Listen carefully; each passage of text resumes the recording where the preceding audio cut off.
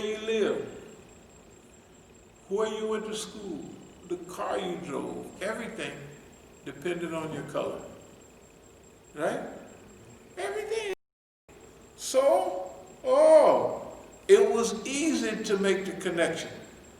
And just imagine, well, because you always need the first nigga to do this, the first. Right.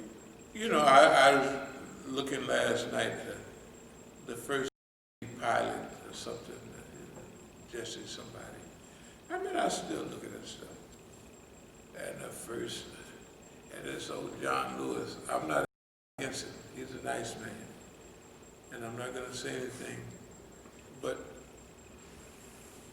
if you saw that thing, Selma, you know the guy would be Imam Jamil. Everybody knows that. He's supposed to be for freedom and justice. Imam Jamil had a different focus than him, and Imam Jamil became a Muslim. But when they put him in prison, if he knew the FBI did certain things to Dr. King them and they movement, well, what the hell do you think they gonna do with Imam Jamil? And he's a Muslim and the head of this, that, and another. He never raised a finger for him, and he knew. You know what I mean? Hey man, no, he ain't raised a finger. That's their crew. They was there together. They knew. And they started off SNCC, Student Nonviolent Coordinating Committee. I had never even considered that.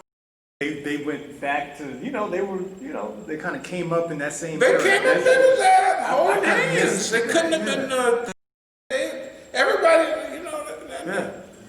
down in Alabama, when you would go to Atlanta, we would go on a trip all to Anderson, Alabama, and because Loudon's County, Imam Jamil and Kwame Ture, when the other people, the homeboys, was marching down there talking about freedom, Imam Jamil and them was out spreading out to the people about voting. And that's why Imam Jamil had a deputy sheriff's badge. Because now the man down there in Loudon's County, which used to be 10,000% segregated, the mayor, and one of the people that they woke up and they got to vote. The mayor, they formed the camps, like the city-owned camps, sites and all that. That's where we would go. We would go to the city of Loudon County because Imam Jamil's friends. We would be just at the beginning of spring, the summer when nobody's using it, stuff like that. And we go down there, the whole Jamaat would go down there. Every time. We never had nothing in Atlanta, once or twice. We'd get rolling, get on the highway for 2 or 3 hours, and we'd go to Alabama every time. Them guys never, why, I don't mean to change the subject, but it's criminal. Because some of the Negroes, anti-Imam Jamil, Negroes,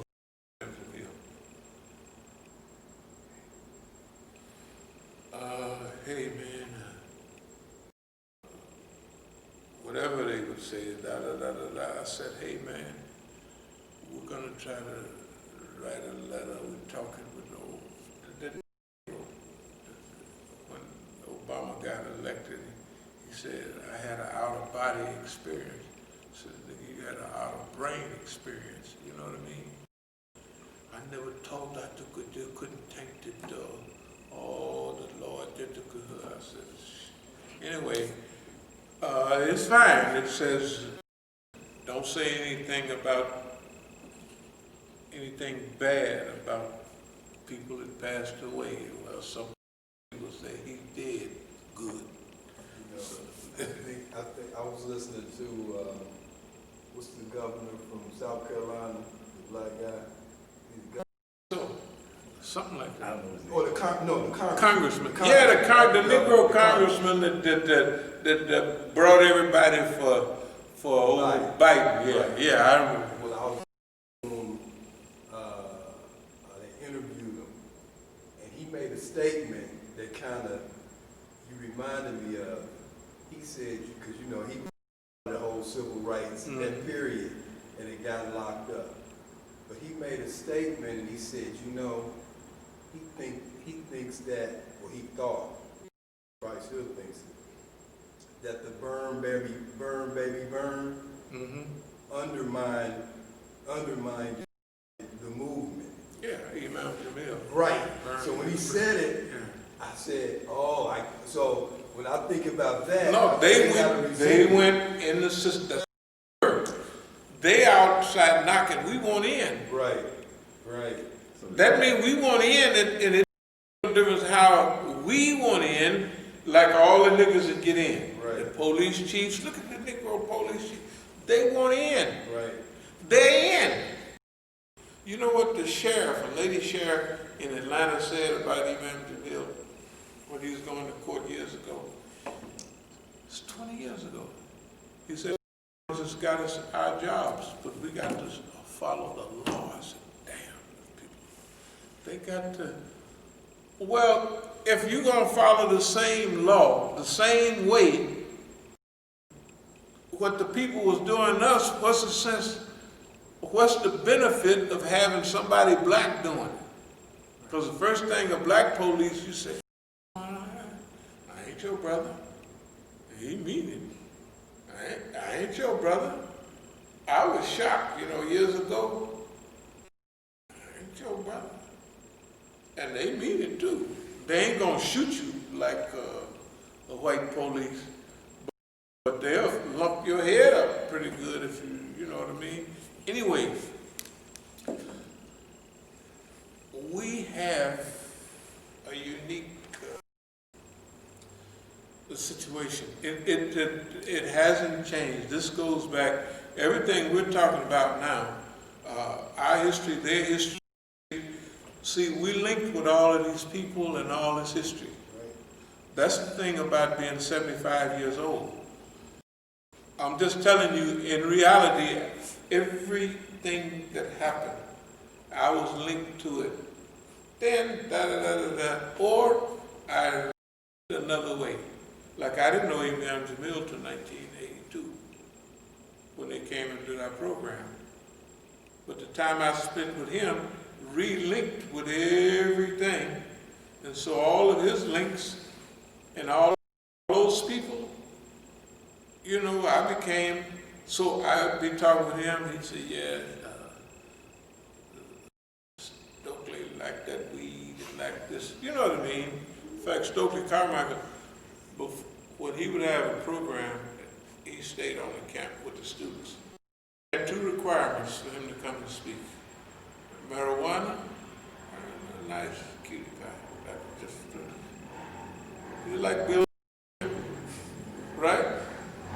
No, I have, Fahim Shuaib used to have a 5-star hotel, and I have to have a rent-a-car, plus how much you gonna pay me. And then he would come and speak. We didn't have, I don't say we, I guess all of those guys have that type of thing, And I just drive up, everybody used to be just driving up and doing what I gotta do, maybe lay down in the car for get back on the highway and go back where I came from, somewhere else. Give another talk. They're gonna have a 5-star and a rent-a-car and plus steal all the money when they get into Oakland and anyway. But we have, this is like, kind of like living in a dreamland type thing. It is really, it's different. I can't explain. There's no fear, no discomfort, and nothing, but we know what it is. Everybody knows what it is because everybody's doing what they're doing, and it's all focused at us. right? So that's reality, and that's an honor. See, the honor is like never giving in to the system, you know. Never be broken by the system, you know. And when I say broken, that means if the white man doing something to me physically, get your muscles ache like when they handcuff you a long time, you know, like this, and your shoulders are aching, so that's when you get older. You say, hey, and they handcuff you real tight, and I'm in jail, I look to one, the white man, just, the marshal just buckle the brother up here, you think it might be able to loosen me up a little. And you look around, and the other white man is taking everybody to court, right? So he loosen you up, he might even take them off, you know. So if the white man got me hanging upside down, you know what I mean? Boss man, you know, I ain't gonna hurt nobody. Especially hanging up here, you don't want to get it. I mean, you know what I mean? That's not being broken, that's just going into another thing that you have, right? But these guys sell out for nothing. And whatever you do at that time, I'd come right back after, as soon as I get the stuff off, you know, I'm right back to where as soon as I shake it off, hey man, bump y'all, let's go again. Then if they guff you, double you up again, oh, y'all don't not to hurt the brother, you know I didn't mean it, right? And then so, yeah, mother scrubber, da-da-da-da-da, you know. That's the attitude. I've done that many times. I do it all the time. I don't, right? And if I can tell them, oh, boss man, you know I don't mean that y'all all like that. Just let the brother loose a little, right? Or it's like a Bro Bear. Remember that? You may not remember that old, you remember that old stuff? Please don't throw me in the bribe. That's where rabbits live. When I run in the hills in Oakland, they live down in the berry patch. That's where they just sold the brother called Brother Rabbit. He said, please don't throw me in that bribe patch. The berries patch. So just to be mean, old Brother Rabbit in his house, that's where he lived. That's where he, you know, so it's the same thing. And the only person that understood that with me was Imam Jamil. Remember, he's Southerner, he's about the same age, so he understands.